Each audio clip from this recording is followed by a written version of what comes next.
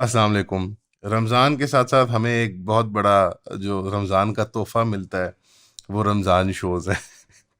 समा टीवी के ऊपर एक बहुत ही अजीबो-गरीब सा फ़ॉर्मेट वाला रमज़ान शो है जिसपे वो साहिल भाई को बिठाते हैं और पूरी दुनिया को इकट्ठे बुला लेते हैं और कहते हैं इनसे बहस करो, साहिल अदीम साहब से। अम, बहुत ही फ़नी फ़ॉर्मेट है। मैं अक्सर उसके वायरल क्लिप्स देखने को मिल जाते हैं।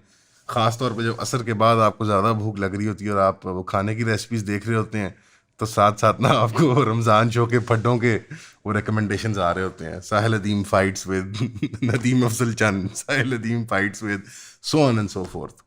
ख़ैर लेकिन साहिल भाई की रिसेंटली मैंने वीडियो देखी तो मुझे बहुत ही अजीब-ओ-गरीब सा वो लगा था। पता नहीं वो 2 कौन लोग थे।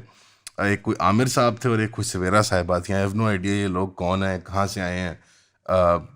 मैंने कभी ज़िंदगी में इनको टीवी में से पहले नहीं देखा। बहरहाल आप सबने देखी होगी वो क्लिप यकीनन, जहाँ वो एक लाइन ऑफ क्वेश्चनिंग शुरू करते हैं कि फ़िलिस्तीन से मुतल्लिक और उसका आईपीएल से सॉरी आईएसएल, पीएसएल हमारा वाला पीएसएल है, सॉरी पीएसएल से क्या ताल्लुक है उसका। और वो बड़े ऐसे सवाल पूछते हैं जो लगता है कि डायरेक्टली कोई अमेरिकन या इजरायली लॉबी के टॉकिंग पॉइंट्स वो डायरेक्टली रिपीट कर रहे हैं। कोई ओरिजिनल थॉट लगता है उनके सर में आती ही नहीं है। बल्कि साहिल भाई भी बड़ी मज़े की बात कहते हैं कि आपके कानों में मसला है या आपके कानों के दरमियान मसला है। और मुझे लग रहा था कि दोनों हजरात के कानों के दरमियान ही मसला था।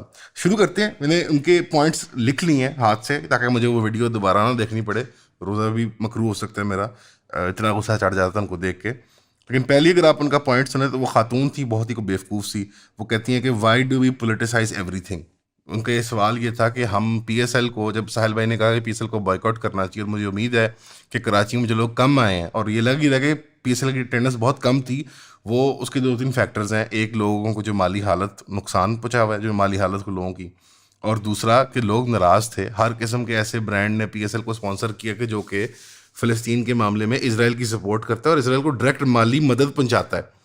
अम, जैसे कि केएफसी हो गया, ट्रेसेमे हो गया, यूनिलीवर ब्रांड हो गया, वगैरह वगैरह। तो इस बात पे जब साहिल भाई कहते हैं कि मुझे उम्मीद है कि कराची वाला स्टेडियम इसलिए खाली था क्योंकि लोगों ने बैनिंग के सपोर्ट की थी पीएसएल की। वो कहती हैं कि why do we politicize everything, कि साहिल साहब हम हर चीज़ को पॉलिटिकल क्यों कर देते हैं। हमारी वो क्रिकेट है, वी शुड बी, वो कहती थी कि we should be proud on it, लेकिन हमें, बट एक तो बताना चाहूँगा we should be proud of it. ठीक है, आप किसी चीज़ के ऊपर फख्र नहीं कर सकते। आई गेस उन्होंने उर्दू से अंग्रेजी में तर्जमा किया था तो वो कंफ्यूज हो गई थी। साहिल साहब, क्रिकेट की हम हर बात कर। चीज को पॉलिटिसाइज क्यों कर देते हैं? हम खेल को खेल क्यों नहीं समझते और खेल को खेल लेके क्यों नहीं चलते? पीएसएल हमारी आपका क्या प्रोडक्ट नाम है। है? PSL is something that Savera as Pasha साहब। Pakistani we should be proud on PSL and we should be there to back our team. पिछले साल वाले पीएसएल पे फख्र होना चाहिए जिसने बैटिंग कंपनियों के एड्स पकड़े हुए थे, या इस साल वाले पीएसएल पे फख्र होना चाहिए जिसने इतने सेंसिटिव टाइम के अंदर उन कंपनीज के ऐड पकड़े हुए थे कि जो ना पाकिस्तानी कंपनीज हैं, जिनके टक्कर के पाकिस्तानी कंपनीज एग्जिस्ट करती हैं, और वो ब्रांड्स हैं जो हमारे फ़िलिस्तीनी भाइयों बहनों के कत्ल में डायरेक्टली मुलव्वस हैं। अब इसमें कोई दो राय रही नहीं है, अब ये बहस रही नहीं है। तो उसने ये मौक़िफ़ इख्तियार किया औरत ने कि number one, why do we politicize everything. पता नहीं वो औरत कौन है, या पता नहीं उसका जहन चलता है कि नहीं चलता, बट स्पोर्ट्स या कोई भी पब्लिक लाइफ की चीज़ होती है वो एक पॉलिटिकल अफेयर होता है। और जो हमारी इकॉनमी होती है वो एक पॉलिटिकल इकॉनमी होती है। आप हर जो एक्शन करते हैं, कोई प्रोडक्ट आप कंज्यूम करते हैं, आप उसको चूज़ करें टू कंज्यूम और नॉट टू कंज्यूम। कोई सर्विस आप चूज़ करते हैं टू कंज्यूम और नॉट टू कंज्यूम। क्या प्रोड्यूस होता है, कब प्रोड्यूस होता है, कैसे प्रोड्यूस होता है, कैसे मार्केटिंग होती है किसी प्रोडक्ट की, ये पूरी हमारी पॉलिटिकल इकोनॉमी और हमारी एक पॉलिटिकल इकोसिस्टम का हिस्सा होती है। तो हर चीज़ ही पॉलिटिकल होती है बहन, कोई किसी चीज़ को पोलिटिसाइज नहीं करता। मैं आपको बड़ी आसान और सिंपल मिसाल दे देता हूँ, आपके मोटे से सर के अंदर आ जाएगी बात। वो ये है कि वैसे रमज़ान रोज़ा है, मुझे गुस्सा बड़ा आ रहा है, मुझे कहना नहीं चाहिए इतनी बुरी बातें, लेकिन मुझे कोई तरस नहीं आ रहा था उन दोनों, उस मर्द पे ना औरत पे। जब आप किसी पीएसएल पे जब आप विमेंस मार्च करवाते हैं ना, जब आप सबको पिंक वो रिबन्स पहनाते हैं ब्रेस्ट कैंसर वाली, या जब आप लोगों को कहते हैं कि स्टैंड अप करो रेसिज्म के ख़िलाफ़, या आप जब कहते हैं कि लोगों को कि अब हम ब्रेस्ट कैंसर अवेयरनेस कर रहे हैं, या आप जब कहते हैं कि हम रेनबो फ्लैग लगाएंगे एलजीबीटी प्राइड परेड के लिए, what the hell do you think that is? That's political. The idea is कि आप पॉलिटिकली अपने जो अज़ाइम होते हैं, जो कोई कौम की गोल्स होते हैं जिसके बारे में आपने अवेयरनेस करनी होती है, उसको आप वहाँ पे प्रेजेंट करते हो। पूरी दुनिया के अंदर जो है वो पॉलिटिकल स्लोगनियरिंग, झंडे, फुटबॉल, आप क्रिकेट तो कोई गेम ही कोई नहीं है यार, पीएसएल को तो देखता ही कोई नहीं दुनिया के अंदर। जो इंग्लिश प्रीमियर लीग है, जो ला लीगा है, जो दुनिया के अंदर फुटबॉल की बिलियंस के अंदर लोग देखते हैं उसको, उसके अंदर फ़िलिस्तीन के झंडे आते हैं, सियासी झंडे पेश की जाते हैं, स्लोगनियरिंग होती है, नारेबाजी होती है, ब्रांड बॉयकॉट होते हैं, हर चीज़ होती है, प्रोटेस्ट होता है। ये आप ही को वखरे हैं जो जिनको ना फ़िलिस्तीन के झंडे की इजाज़त है, ना पीटीआई के झंडे की इजाज़त है, ना वहाँ नारे लगाने की इजाज़त है, ना वहाँ को शुगर लगाने की इजाज़त है। फिर किसने देखने आना है मैच आपका? तो एक पब्लिक स्फीयर जो होता है ना, जहाँ पे आ जाता है तो वहाँ पे पॉलिटिकल होता है हर चीज़ को। वो मसला ये है कि वो पीसी भी चाहता है कि वो पॉलिटिकल मैसेजिंग बताए कि आज के दिन क्या खबर है। आज ब्रेस्ट कैंसर अवेयरनेस का दिन है, और आज जो है ख़वातीन के हकूक़ का दिन है। और आज हम औरत मार्च के साथ सॉलिडारिटी में खड़े हुए हैं, वगैरह वगैरह। तो ये पॉलिटिकल ही होता है। फ़र्क सिर्फ ये होता है कि आप आवाम की जब बारी आती है कि अपने पॉलिटिकल एक्सप्रेशन को सामने लेके आए, तो आप उनकी आवाज़ को दबा देते हैं। एंड आई वंडर वाई, आप क्यों दबा रहे थे? इन ब्रांड्स की तरफ से डिमांड है और उन ममालिक की तरफ से डिमांड है जिनका पाकिस्तान के ऊपर प्रेशर है। बिकॉज बहन, आपको शायद ये नहीं पता हो कि पीसीबी की जो चेयरमैन है ना, वो हमारे इंटीरियर मिनिस्टर भी हैं और वो हमारे नारकोटिक्स के मिनिस्टर भी हैं। तो मैं क्यों ना पोलिटिसाइज करूँ हर चीज़ को? जिस मुल्क के अंदर एक बंदे को 3-3 वजारतें और 3-3 डिपार्टमेंट पकड़ाए हुए हैं, और उस बंदे का टोटल रिकॉर्ड और ट्रैक एक्सपीरियंस क्या है कि वो एक मीडिया चैनल चलाते हैं, या वो सीएनएन के लिए काम करते थे, या बीबीसी के लिए करते थे, सीएनएन के लिए करते थे, बीबीसी के लिए। मतलब उन बंदे के टोटल क्रेडेंशियल्स क्या हैं किसी को कोई पता नहीं। उनको हमने चीफ मिनिस्टर बनाया हुआ था अभी रिसेंटली, और साफ जाहिर है कि उनको ये इनाम जो मिल रहा है पीसीबी के चेयरमैन साहब मोहसिन नकवी साहब को, साहब वजीर आला साहब उनको जो ये इनाम मिल रहा है वो इसलिए मिल रहा है क्योंकि उन्होंने पीटीआई की सप्रेशन की थी। और अभी रिसेंटली उन्होंने एज इंटीरियर मिनिस्टर एक स्टेटमेंट दिया है कि हमें ट्विटर के ऊपर जो फ्रीडम ऑफ स्पीच का मिसयूज होता है उसके ऊपर फोकस करना चाहिए। और आपको पता होगा बहन सवेरा पाशा साहिबा कि ट्विटर अभी तक पाकिस्तान के अंदर बैंड है। तो मुझे आप बताएं कि कोई चीज़ पॉलिटिकल कैसे नहीं होगी? और गधों, अगर मैं आपसे ये सवाल पूछूं कि जो वहाँ पे औरत मार्च की बकवासियात करते हैं आप, और ट्रांसजेंडर जो आपने बुलाया हुआ था पीसीबी के इफ्तिताह के ऊपर, सलमान तुमने देखा था ना, एक ट्रांसजेंडर को बुलाया उन्होंने जो एक मर्द है, जो औरत बन के उसको उससे उन्होंने कोई फीची कटवाई थी, उससे करवाया था। या जब आपने वो ब्रेस्ट कैंसर वाले वो धागे लटकाए होते हैं पिंक रंग के, या ब्रेस्ट कैंसर अवेयरनेस मंथ होता है या वीक होता है, या एलजीबीटी मार्च होती है वहाँ पे, या कुछ झंडा लगाया होता है अपने एलजीबीटी का, तो क्या वो पॉलिटिकल होता है? नहीं, वो तो रिलीजियस होता है ना, वो तो आपका मजहब है, वो तो आप लोग का दीन है। असल हकीकत क्या है? वो आप लोग का दीन है, हमारा दीन इस्लाम है, और हमारा दीन पॉलिटिकल भी है अल्लाह के फजल से, जैसे कि आपका दीन भी पॉलिटिकल है। तो हम तो वहाँ झंडे लाएंगे फ़िलिस्तीन के, और जब नहीं आने देंगे तो हम तो कहेंगे आप बगैरत हैं, पीसीबी की मैनेजमेंट बगैरत है, ये हुकूमत बगैरत है, और जो जो इसमें इन्वॉल्व है उसको अल्लाह क़यामत के दिन भी पूछेगा।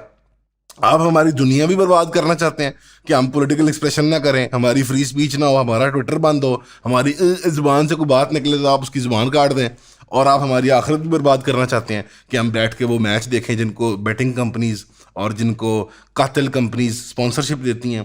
तो ना अल्हम्दुलिल्लाह इतने बगैरत हुए हैं, और ना अल्हम्दुलिल्लाह इतने डीपोलिटिसाइज हुए हैं। हम एक पॉलिटिकल इकोनॉमी के अंदर रहते हैं। तो जिस दिन आप लोगों को ये समझ आ जाएगी ना कि कोई चीज़ पॉलिटिकली चार्ज, कोई पॉलिटिकली डिवाइड नहीं होती पॉलिटिकल चार्जिंग के साथ, कि उसके अंदर पॉलिटिकल कोई एस्पेक्ट नहीं होता, उस दिन ये कौम तरक्की कर जाएगी। अभी भी ये उसी वो चूरन में बेच रहे हैं कि वोट दे दिया आपने, अब फारे वोट दे के क्या कर लिया हमने, क्या उखाड़ लिया? Every aspect of our life is a political struggle. ये बात आप आपने याद रख लें। क्लास स्ट्रगल है, एक पॉलिटिकल स्ट्रगल है। और ये जो बगैरत लोग आ जाते हैं मीडिया के ऊपर, उनको तकरीरें, तनख्वाहें इतनी मिल रही हैं, क्या करें? हमें तो अंदाज़ा नहीं, हमने कभी इतनी तनख्वाह ली नहीं ज़िंदगी के अंदर। तनख्वाहें इतनी मिलती हैं पीसीबी से और ये न्यूज़ चैनलों से और वगैरह वगैरह। तो बहन हर चीज़ पॉलिटिकल होती है। Get that through your head, and if you can't तो please stop making public appearances, grow up.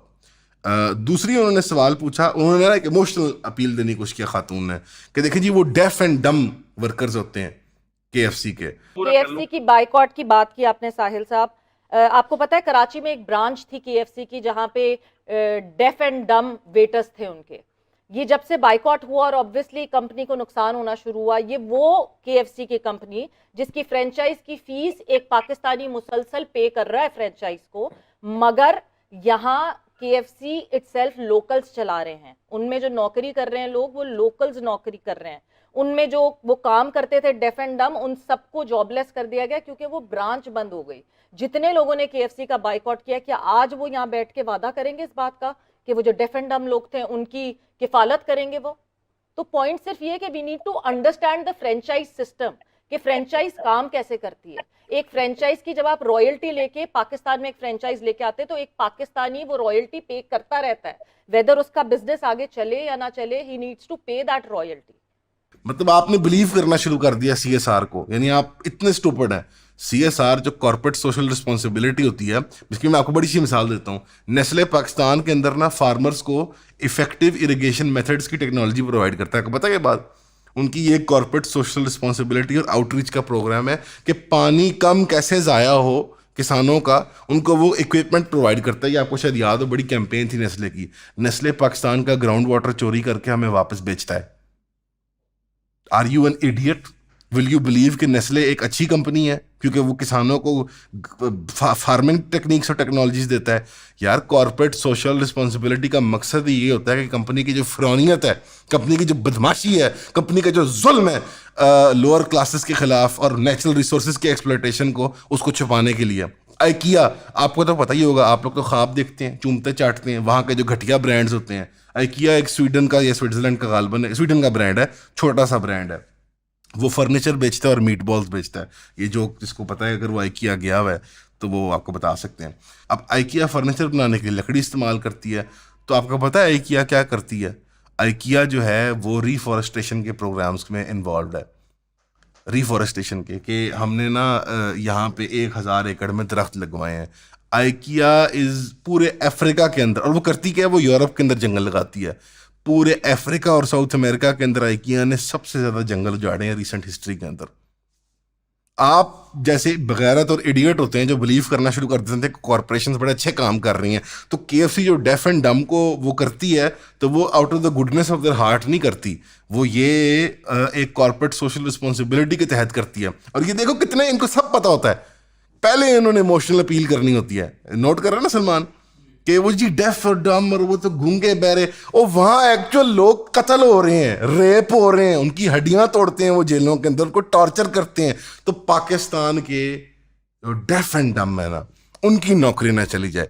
तो ये ईदी साहब केएफसी के लिए काम करते थे, या वो जेडीसी वाला केएफसी के लिए काम करता है? उनके नाम तो नहीं लेते तुम लोग ऐसे बगैरत हो।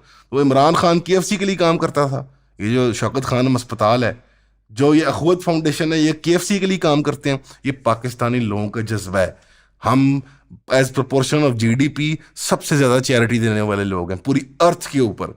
और ये आप जैसे लोगों को क्या समझ आए, जिनको दर्द भी नहीं है फिलिस्तीन के बच्चे बच्चियों का, जिनको सूडान के बच्चे बच्चियों का दर्द नहीं है, जो अफगानियों को देख के कहते हैं नमक हराम, नमक हराम है, ये हमारे दुश्मन है। आपकी गलती नहीं है। आपकी 76 साल में जहन साजी जो नेशन स्टेट के पैराडाइम में, आपका दिमाग खराब हो चुका हुआ है। आपको लगता है कि ये जो 4-5 लकीरें हैं ना पाकिस्तान के बॉर्डर की, ये अल्लाह ने लकीरें लगाई थी। ये अल्लाह ने लगाई थी, ये ब्रिटिश ऑफिसर्स ने लगाई थी। ये आपको बात समझ नहीं आ रही। ये चंद लोगों ने कमरे के अंदर बैठ के लगाई थी। ये ना जियोग्राफिकली साउंड है, ना ये नेचुरली साउंड है, ना ये कल्चरली हिस्टोरिकली साउंड लकीरें हैं। जैसे कि एक मशहूर हमारी ड्यूरेंट लाइन है, खैर उस पर भी आते हैं, एक और क्लिप बनेगा उस पर इंशाल्लाह। तो ये डेफ एंड डम लोगों का क्या बनेगा? नौकरी चली जाएगी उनकी। और दसो, बंदे नहीं हमारे मरेंगे, हम अपने उस कत्ल में शामिल नहीं होंगे अपने बंदे मारने के अंदर। फिर वो कहती है कि केएफसी की फ्रेंचाइज को मॉडल समझें आप, कि फ्रेंचाइज होती क्या है। बहन, सबको पता है फ्रेंचाइज क्या होती है, और आप खुद जो बात कह रही हैं उसी के अंदर आपका जवाब मौजूद है। रॉयल्टी पेमेंट्स, रॉयल्टी पेमेंट्स का एक हिस्सा भी जो जा रहा है ना, जो घूम घुमा के इसराइल के पास पहुंचता है। अब वो होस्ट भी बेचारा कोई डफर सा उन्होंने बिठाया हुआ हाफिज साहब, वो कहता है कि देखें मेरे ख्याल में ये तो कंपनी दुबई की, पाकिस्तान में ये ब्रांड है, ये सारा कोई एक यूएई के हैं लोग, वो इसको ओन करते हैं। केएफसी की वही दुबई में वो उन्होंने फ्रेंचाइज खरीदी हुई, जो यहाँ पे वो हमें लैंड कर रहे हैं फ्रेंचाइज। यम फूड जिसको हम कहते हैं, जिसके नीचे पिज्जा हट भी आती थी। पिज्जा हट को तो वैसे ही हमने भगा दिया क्योंकि हमारे पास बेहतर लोकल ऑप्शंस आ गई थी और चीपर ऑप्शंस आ गई थी। तो बहन, पूरी दुनिया के अंदर ना फ्रेंचाइज मॉडल को मुनक़ते भी हो सकता है। अब सप्लाई चेन्स केएफसी की एस्टेब्लिश हो गई है ना। केएफसी अगर अपनी दिली, अब देखो ना, नोट कर, केएफसी के प्रॉफिट पर नुकसान है, पहली चीज उन्होंने क्या बंद की है? वो खुद जो औरत कह रही है, उन्होंने वो गूंगे बैरों का बंद किया कि ये जाएं डेफ एंड डम तुम्हारे बड़े, ठीक है ना। तो ये हमें ना सिखाएं यार, आप लोगों को तो पता ही कुछ नहीं दुनिया के बारे में। तो ये फ्रेंचाइज मॉडल जो होता है ना भाई, उसमें रॉयल्टी पेमेंट जानी जानी होती है, और अल्लाह करे KFC डूब जाए पाकिस्तान के अंदर, क्योंकि जो फ्रेंचाइज ओनर हैं उनको नहीं पता कि रशिया और बोस्निया और चचनिया में उन्होंने क्या किया था। उन्होंने वही सप्लाई चेन रखी थी, वही रेसिपीज रखी थी मैकडोनल्ड KFC की, वही सब कुछ, मेन्यू आइटम्स चेंज कर दी, यानी नाम उनका चेंज कर दिया और ब्रांड का नाम चेंज कर दिया। आप रखें इसका नाम पैलेस्टाइन फ्राइड चिकन, मैं आपको गारंटी देता हूँ, और आप रॉयल्टी पेमेंट्स बंद कर दें KFC इंटरनेशनल की, यम फूड्स की बंद कर दें, वही चिकन बनाए, वही रेसिपी बनाए, आपके पास आ गई है ना रेसिपी, सारे वही लोग एम्प्लॉयड रखें, आप बगैरत हैं। मसला ये आप बगैरत हैं, आप मानना नहीं चाहते कि हम बगैरत हैं, और आप हैं बगैरत। और दूसरी बात, अगर आप मुनकते हो जाएं उनसे, मिसाल के तौर पे कुछ नुकसान भी हो, तो जब वो पैसे हैं KFC या यम फूड्स के पाकिस्तान के अंदर, वो उन्होंने पाकिस्तान में कहीं री इन्वेस्ट करने हैं ना। उन्होंने अगर अगर मजीद पैसे कमाने हैं तो प्लॉट ले लेंगे, दुकानें ले लेंगे, कोई और फ्रेंचाइज डाल देंगे, गाड़ियाँ खरीद लेंगे, तो पैसे भी हमारे मुल्क से नहीं जाते। अगर 1000 जॉब्स यहाँ ख़त्म हुई हैं तो 1000 जॉब्स वहाँ क्रिएट हो जाएंगी। तो ये आप अपने जहनों से नोशन निकाल दें, पता नहीं क्या इन्होंने ये बातें बनाई हुई हैं। बहरहाल इसके बाद फिर वो साहिल भाई ने थोड़ा सा इमोशनल जवाब दिया खातून को, उसको थोड़ी समझ भी आई। उन्होंने कहा तुम्हारी बेटियाँ हैं, तो फिर वो चुप ही कर गई, उसको समझ आ गई कि यार ये क्या कहना चाह रहा है। कम से कम इतनी तो गैरत थी उनके अंदर। फिर ये मर्द हजरत साहब बोल पड़े, आमिर अली साहब, जो किसी बैंक के मेरे ख्याल में मैनेजर थे, कि पॉपुलेशन डेमोग्राफिक्स के बारे में, क्या आपको पता है कि 25% फिलिस्तीनी ईसाई होते हैं? आपको आपसे मैं एक सवाल करता हूँ कि जो है थी सुहा अरफात, उनका रिलीजन क्या था? मैं आपको वरना बता देता हूँ कि Suha Arafat was a Christian and she was a Palestinian woman. Laila Khalid, Hanan Ashrafi, they were all Christians. मैं आपको ये बात इसलिए बता रहा हूँ कि अगर 70% 75% उनमें मुस्लिम है तो 25% क्रिश्चियंस भी हैं। इस बात का मैं क्या करूं? यानी मेरा इससे क्या है? वो ईसाई हो, यहूदी हो, अगर किसी कौम पे जुल्म हो रहा है तो हमने अपने हाथ से रोकना, जुबान से रोकना, दिल में बुरा जानना है, ये हमारा इस्लाम है, दैट इज़ ऑल। और दूसरी बात, उनकी ये बात भी कम्प्लीटली अबसर्ड थी, 25% ईसाई नहीं है, क्लोज टू 8-9% ईसाई हैं फ़लस्तीन के अंदर। इस पॉइंट से मुझे समझ नहीं आई थी वो बात करना क्या चाह रहे हैं, जब तक कि उन्होंने अगली बात नहीं की। उन्होंने कहा कि यासिर अरफात ने उसने सपोर्ट की थी इंडिया की कश्मीर के मामले में। उसके बाद मैं आपकी बात को आगे बढ़ाता हूँ। आपने कहा जी कौमियत की बात, तो मुझे अच्छी तरह याद है जब यासिर अरफात कश्मीर के इशू पे पाकिस्तान की बजाय इंडिया को सपोर्ट करते थे, और हम आज तक इसराइल की वो लाश को अपने कंधों पे उठा के फिरते हैं कि जिसने आज तक मुझे डायरेक्टली गोली आके नहीं मारी है। सर, मेरी बात सुनने के लिए हौसला चाहिए। ये आप जो बात करते थे ये बड़ी जज्बाती बात है। अब भाई ना असल बात, अब भाई असल बात, और हम उस इजरायली की लाश उठा के फिरते जा रहे हैं जिसने हमें पाकिस्तानी होने की हैसियत से कभी गोली नहीं मारी। ये सुनिए आपने आमिर अली साहब की बात, सलमान साहब, असल बात वो ये कहना चाह रहे थे कि हमारा इजरायलियों से क्या फड्डा, लड़े वो फिलिस्तीनी और मरे वो जाने। उस यासिर अरफात ने हमें कश्मीर के मसले में सपोर्ट नहीं किया था। ये अकल की हद है। ये इन बैंक मैनेजर साहब को नहीं पता कि इजराइल ने कितनी बार हमारे न्यूक्लियर प्रोग्राम को तबाह करने की कोशिश की है। ये इधर जहाज़ हमारी एयर स्पेस के अंदर एंटर कर जाते थे। इनको तारीख का अगर किसी को पता होता या इस दुनिया के अंदर ये रहते होते तो ये बातें, ये बकवासियात की ना करते। और इनको ये पता होता कि हमारे बाबा कौम कायद आज़म मोहम्मद अली जिन्ना ने इसको क्या कहा था। अब आमिर अली साहब तो ये भी कहेंगे कि उनको कायद आज़म नहीं पसंद। निजी महफिलों में तो सलमान साहब आपको पता है क्या बातें करते हैं सारे, कायद आज़म नहीं, वो नेहरू। हमें एक मुल्क होना चाहिए था हिंदुस्तान को। तो PSL कोई ना होती ना, फिर PCB होती, और आप जैसे बैंक मैनेजरों को वहाँ कोई लगाता ना, वहाँ पर केपेबल लोग फिर लगते। बहरहाल ये असल में वो लुब लबाब उनका ये था। इसका मैं जवाब भी नहीं दूंगा, इसका मैं जवाब भी नहीं दूंगा कि हम फ़लस्तीन को क्यों सपोर्ट करते हैं, क्योंकि शायद वहाँ पे एक मस्जिद है जो, यानी फ़लस्तीनी लोग हमें डंडों से भी मारे ना अगर, तो हमारे ऊपर फ़र्ज़ है और वाजिब है कि हम फ़लस्तीन की सपोर्ट करें, क्योंकि वहाँ पे हमारा किबला अव्वल है। और बाकी जहाँ तक ताल्लुक़ है कश्मीर के मामले में, तो ये तो आपके मुशर्रफ साहब भी कश्मीर के मामले में सपोर्ट नहीं करते थे। तो ये तो आपके अभी हुकूमत, अभी DGI-SPR का नहीं याद कि जब आर्टिकल 370 पास हुआ था कि जो कश्मीर के अंदर जाएगा तो वो उसको पाकिस्तान की गवर्नमेंट बहुत स्ट्रिक्टली ट्रीट करेगी। तो फिर तो आपके बड़े और दुश्मन होने चाहिए पाकिस्तानी इस्टेब्लिशमेंट के अंदर। हमारी तो स्टेट ने कश्मीर का मामला गिव अप कर दिया।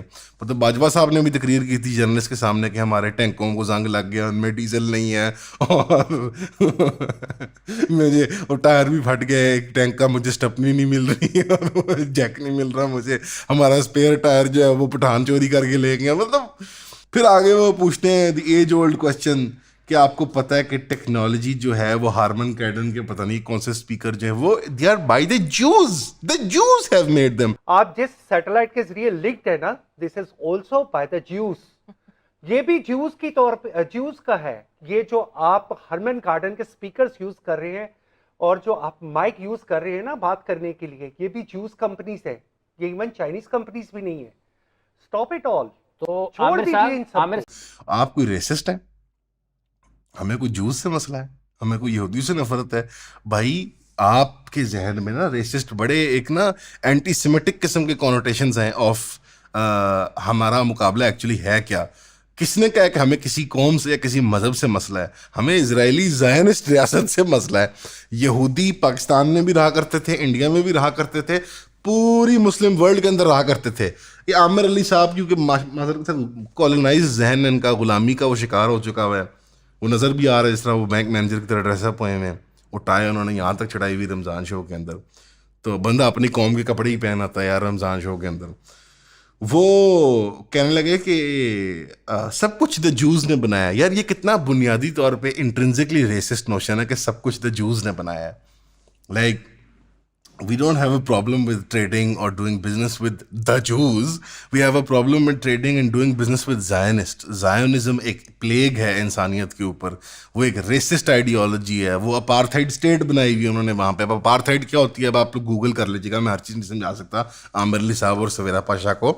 आप लोग गूगल कर लें बहन भाई मेरे कि अपार्थाइड क्या होता है, साउथ अफ्रीका में कैसे उसका रद्द अमल पैदा हुआ था, दुनिया ने कैसे उसके खिलाफ स्टैंड लिया था, अभी भी साउथ अफ्रीका आईसीजे में क्या कर रहा है, ठीक है ना। और इंसानी तकाजे क्या होते हैं, ह्यूमैनिटेरियन लॉ क्या होती है, इंटरनेशनल ह्यूमन राइट्स लॉ क्या होता है, वगैरह वगैरह। लेकिन ये चीज़ें आपसे बालातर हैं। तो वो कहते हैं कि टेक्नोलॉजी जो है वो ये जो काफ़ी चीज़ें हैं वो द जूज ने बनाई हुई हैं। इसके 2-3 लेयर्ड जवाब हैं। एक तो ये बुनियादी तौर पे बहुत रेसिस्ट नोशन है और हम इसको नहीं मानते कि द जूज़ ने बनाया हुआ है सारा कुछ। नहीं बनाया हुआ, द जूज़ ने पूरी दुनिया में डिफरेंट टेक्नोलॉजीज डिफरेंट तरीके से इनेबल होती हैं। दूसरा, आप ग्लोबलाइजेशन की हमें सबक दे रहे हैं कि क्योंकि हम एक ग्लोबलाइज वर्ल्ड में रहते हैं और ट्रेड की इतनी इंटरडिपेंडेंसी है, तो कोई ना कोई चीज़ जैसे कि दाल या सब्ज़ी या मशीन या चिप्स या ऐनक या माइक्रोचिप या पेन, कोई ना कोई ऐसी कौम बना रही होगी जिसके साथ शायद आपको कुछ अदावत या दुश्मनी का पहलू हो। या that's why globalization is a problem. आपको समझ नहीं आ रही अंकल जी कि वो ग्लोबलाइजेशन के तहत ही, अच्छा लेट्स से ये द जूज़ ने बनाई हैं चीज़ें, ये मशीनें, ये कैमरे, ये माइक, ये सारी चीज़ें, ये रिसोर्सेज उनके पास पहुंची कैसे हैं? ये 45, आपको पता है कि यहाँ से ब्रिटिश एम्पायर 45 ट्रिलियन पाउंड लेके गया है 200 साल हुक्मरानी के अंदर। तो चाचू जब रिसोर्सेज की एक्यूमुलेशन होती है एक जगह, लूट मार करके एक कौम के कमर पे डंडे मार मार के उनसे गुलामी करवा के, तो उन रिसोर्सेज की एक्यूमुलेशन के बाद फिर आपके पास एलोकेशन की, रिसोर्स एलोकेशन की गुंजाइश होती है। जब रिसोर्स एलोकेशन होती है R&D के अंदर, साइंटिफिक डेवलपमेंट के अंदर, तो नई से नई जायदाद निकलती हैं। तो अगर आपको अपनी गुलामी की पैदावार हुए प्रोडक्ट्स इस्तेमाल करने में कोई आड़ महसूस होती है, तो मुझे तो नहीं होती। ये हमारी कमरों से छील छील के उन्होंने चीज़ें बनाई हैं। रेलगाड़ी जो यहाँ बनी थी जहाँ से ये माल लूट के वापस लंदन ले जाया करते थे, गालिबन 5,000 करोड़ पाउंड सालाना गालिबन ये वहाँ पे ले जाया करते थे एज जो वो लेवी टैक्स होता है जो ब्रिटिश क्राउन के जाता था, जिससे पूरे ताजे बरतानिया का फ़ौज का और हुकूमती निज़ाम चला करता था। तो ये जो टेक्नोलॉजी इनोवेट की गई है ये हमारी कमरों से छील के की गई है भाईजान। जो इराक़ के अंदर ऑयल फील्ड्स अमेरिका ने सिक्योर करके दिए हैं, जो सीरिया के अंदर सिक्योर करके दिए हैं, जहाँ से तेल जो है सस्ता फ्राहम हो रहा है इजराइल को और अमेरिका को, उसके ज़रिए वो टेक्नोलॉजी इनोवेट करते हैं। तो ये हमारे मुसलमानों का ही नेचुरल रिसोर्स को लूट के उन्होंने हमारे 4 से 5 मिलियन लोग मार के ये किया। तो ग्लोबलाइजेशन की का शॉर्ट स्टिक ऑफ, क्या कहते हैं अंग्रेजी में, वो short end of the stick हमें ही मिला है भाईजान। तो हमें कोई आड़, वसाइल में भी कहते हैं कि ये जंग की हालत में हम हर चीज़ इस्तेमाल करेंगे, तो हमें कोई आड़ नहीं महसूस होती माइक इस्तेमाल करने में, उनका वो इस्तेमाल करने में, उनका फलाना इस्तेमाल करने में। हम हर वो चीज़ इस्तेमाल करेंगे जिनसे हम उनको नुकसान पहुँचा सकते हैं। और बहरहाल हमें किसी कौम से मसला नहीं है, हमें एक ख़ास रियासत और उसके आलाकारों से मसला है। तो ये हर चीज़ उनके आलाकार नहीं है भाईजान। थोड़ा सा अगर आप लोग इतनी सी मेहनत कर लें ना, और 2 गूगल कर लें और अपना सर वहाँ से निकाल लें जहाँ सूरज नहीं चमकता, तो आपको अंदाज़ा हो जाएगा कि एक्चुअल जो लिस्ट है वो बड़ी महदूद है ऑफ प्रोडक्ट्स एंड कंपनीज जो सपोर्ट करती है इसराइल को, और जो प्रोडक्ट्स नहीं करते, जो आप आसानी से उनकी एडवर्टीजमेंट्स उनको कंज्यूम कर सकते हैं, वो बहुत वसी है भाईजान। तो ये बार उनकी घटिया सी अटैम्प्ट थी उन आमिर अली साहब की कि वो ये प्रूव करें कि फ़िलिस्तीनी नहीं इजरायली हमारे दोस्त होने चाहिए। तो ये टॉकिंग पॉइंट्स मेरा ख्याल है पीसीबी में इंटीरियर मिनिस्टर साहब भी आके सिखाते होंगे आप सारों को। फिर वो है कि उन्होंने एक वो बेवकूफ़ाना सी अपील की कि रसूलुल्लाह ने यहूदियों के साथ तिजारत की थी। यार कौन कह रहा है यार यहूदियों से हमें मसला है? लेकिन आप हरबी के साथ तिजारत नहीं करते, जैसे आपकी जंग चल रही होती है, आप उसके साथ तिजारत नहीं करते जो आपकी कौम को महकूम और ग़ुलाम बना के ले जाए। हम इतने बगैरत नहीं हैं। तो आप इतने रेसिस्ट हैं कि आप सारी दुनिया के यहूदियों को इजरायली के तौर पर देखते हैं, हम नहीं हैं। हमें पता है कि इजरायली फ़र्क हैं और यहूदी लोग फ़र्क हैं। आज के नटसी जूस कौन से होते हैं, सिफार्डिक जूस कौन से होते हैं, मिज़राही जूस कौन से होते हैं, आप पढ़ें ना जी। आपकी पढ़ाई नहीं है, आप आपकी स्टडी करके आए। साहिल बेग नहीं कहता आप स्टडी करें भाई। आपको नहीं पता कि यहूदी और इजरायली में क्या फ़र्क होता है, ज़ायोनिस्ट और यहूदी में क्या फ़र्क होता है। हमारे बल्कि वन ऑफ द पेट्रन्स जो हैं वो एक पाकिस्तानी यहूदी हैं जो ज़्यूरिख में रहते हैं। बेफिक्रा भाई जो हैं, जो हमारे बहुत बहुत सपोर्टर हैं हमारे चैनल के, वो ज़ायोनिस्ट नहीं है, ही इज़ जस्ट अ जू। तो इन दोनों बातों का फ़र्क जो है वो आमिर अली साहब को नहीं समझ आएगा, और ज़ाहिर बात है फंडिंग जो है वो कहीं और से आ रही है, तो समझ भी कैसे आए। तो हाँ, रसूलुल्लाह ने तिजारत की यहूदियों के साथ, रसूलुल्लाह ने मुशरिकों के साथ भी तिजारत की है, लेकिन उन कौमों से तिजारत नहीं की जाती जो आपके लोगों पर जुल्म कर रहे हैं उस वक़्त, या आपके ख़िलाफ़ जंग में मुब्तला हों। फिर जो उस औरत ने एक और सवाल पूछा कि हम तो फिज़िकली डिटैच्ड हैं फ़िलिस्तीन से, इससे हमारा क्या लेना देना है। जैसे ही थोड़ा सा साहिल भाई ने ह्यूमैनिटेरियन की बात की ना, करेंगे नहीं, हाँ जी फिज़िकली तो हम हैं, लेकिन मैं कह रही हूँ कि हमारी इकॉनमी की भी तो सोचें ना। आपको एंड में मेरे से हट गई, और एंड में वो खातून कहती है कि हम सर पे धाता बांधें और हम लड़ने जाएं। आप गालिबन अभी तो पैलेस्टीन से कनेक्टेड नहीं है ना, आप भी यही हैं, हम भी यही हैं, या तो फिर हम सर पे धाता बांधें और जाएं। बहन हम तो पिट रहे हैं। आपकी रसाई है पीसीबी चेयरमैन स्लैश वजीर दाखिला स्लैश नारकोटिक्स के जो मिनिस्टर हैं, एंटी नारकोटिक्स फोर्स के इंचार्ज जो हैं। बहन हम रिक्वेस्ट कर रहे हैं, हम तो चाहते हैं कि उनके खिलाफ जंग हो। अगर आप कोई सिफारती वहाँ पे पैगाम भिजवा सकते हैं, वहाँ कोई जंगी हम इक़दाम ले सकते हैं, हम तो आपके साथ खड़े हैं। हम तो चाहते हैं कि अफ़गानिस्तान और ईरान से हमारी दोस्ती हो, ताकि वो बॉर्डर खुले और यहाँ से रास्ता खुले और हम जाके इजराइल से लड़ सकें। हम तो चाहते हैं। बहन आपको समझ नहीं आ रही, आप और 1% उन पाकिस्तानियों को समझ नहीं आ रही जो बेनिफिशरी हैं इसराइल के और अमेरिका के सिस्टम के, जो ग्लोबल निज़ामों के बेनिफिशरी हैं। आपको समझ नहीं आ रही। आपको समझ नहीं आ रही जो ख्वाब देखते हैं कि PSL और वो क्या है इंडिया वाला IPL, वो एक ही स्टेज के ऊपर इकट्ठे कम्पीट करेगा। आपको कदर नहीं है शहीदों के खून की, आपको कदर नहीं है मुसलमानों की, 2 बिलियन की उम्मत की, एक की वहदत की। आप लोग बगैरत हो चुके हैं।